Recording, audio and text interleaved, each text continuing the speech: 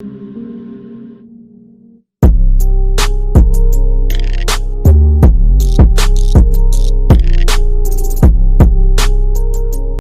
everybody. Welcome back to the WeSportin podcast. We are back for another baseball episode. And today, it's not going to be your usual baseball for dummies. That is coming every week. That is a weekly series. But during the week when big news and major transactions, like sort of that stuff happens, we'll be here to cover it with like little mini-sodes. So we're going to be calling it Broken Bats and Breaking News. And today's Broken Bat and Breaking News, star shortstop Fernando Tatís Jr. signs a 14-year, $340 million extension to stay with the San Diego Padres. Now, you know, Nico and I were working last night, and we were about ready to wrap it up, and my Twitter just exploded with news that Tatís had signed this extension. So we knew we had to make a video on it, and what better way to do it than right now. Nico, Yes, what are your initial thoughts about this extension for Tatís?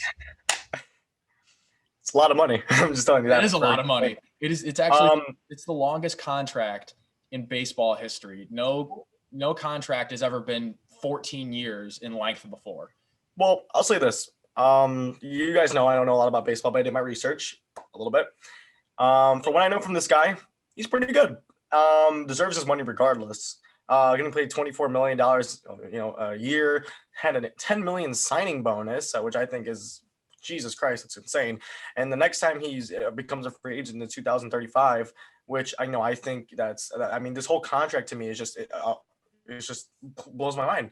I think this is a good thing for them. Obviously, I know this contract probably has a lot of incentives in it that he needs to, meet up to these incentives in order to get the money that he, deserves. Because I know that this $340 million is not guaranteed. I think no contract in any sports is guaranteed the amount of money like Patrick Mahomes, Mike Trout. Regardless, none of these contracts are really going to be the exact amount.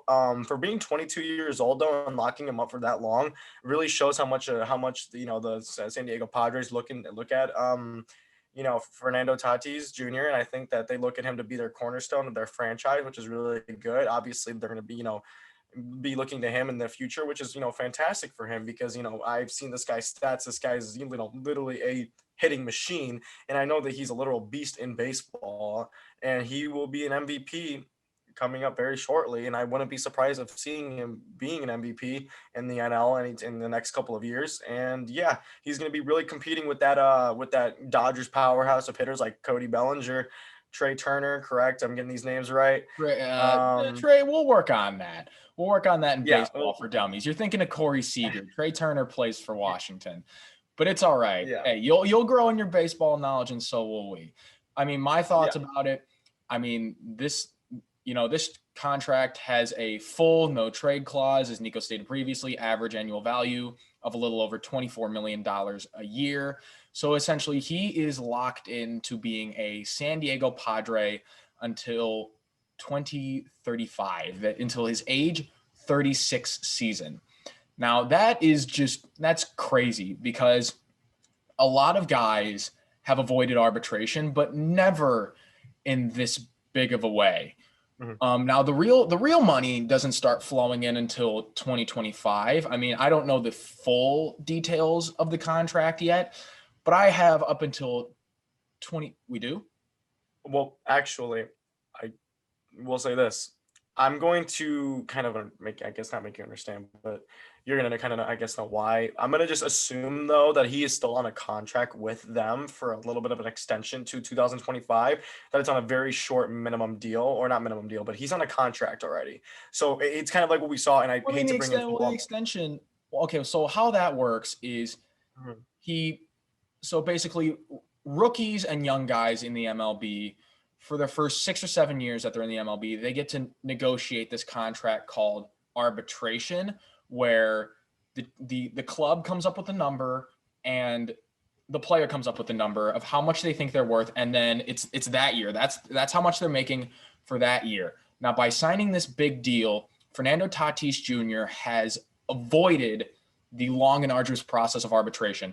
Now, in 2021, he'll be making $1.71 million with $4 million increase in 2022, another $2 million in 2023, In 2024, he'll be making $11.71 million. So just to say this, so this contract really won't kick in until he's not until 2025. So basically, these 14. So basically, the 14 years that he's signed with hasn't even started yet. Like he's still on that rookie con. So saying that he'll be done by he's 36, I think that's a little bit of an overstatement. I think this contract won't be over until. The contract starts this year. Oh, okay. So he's going to be paying 2021. That is the start of the 14-year deal, and he is locked into the Padres until the end of the 2034 season. But essentially what this has done is made Fernando Tatís a San Diego Padre for life, and for good reason. Nico, you explained how much of a beast he is. I mean, his rookie year last year, he only played a handful of games. He didn't play the full season, but he still finished third in Rookie of the Year voting. This year, he really blossomed with, 277 batting average, 366 on base, and 571 slugging with 17 home runs and 45 RBIs in 59 games. That's a lot. And he finished fourth in NL MVP voting. Nico? So you're going to tell me that this guy was a rookie last year and they just lock him up that like that? They just gave him 1 year and were like, "Hey, dude, you're good. So here's money." Is that what they did? That's essentially what they did. Now, essentially, oh my God, dude. Teams will wait until like arbitration is up, because for arbitration they can normally sign guys for cheaper. But this just shows you what faith they have in Fernando Tatís, where they lock him up until 36. Now, and he also won a Silver Slugger last year for the shortstop position.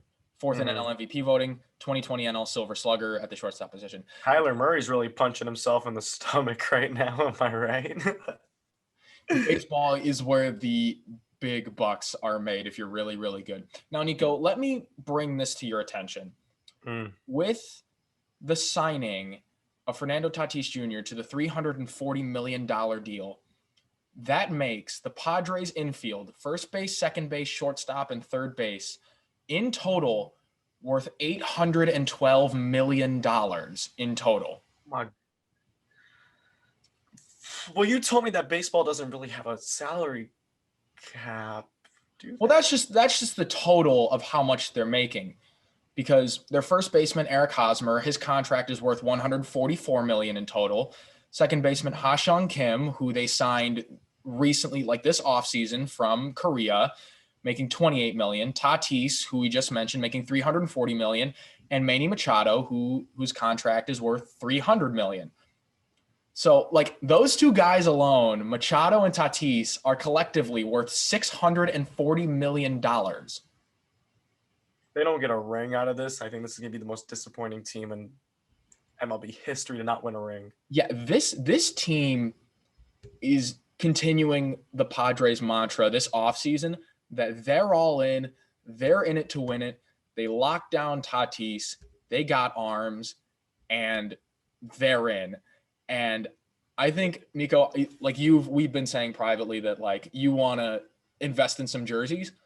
Go buy a Tatís jersey. Yes. Because he is going honestly nowhere. He is going nowhere. I've been thinking about it. A decade and a half.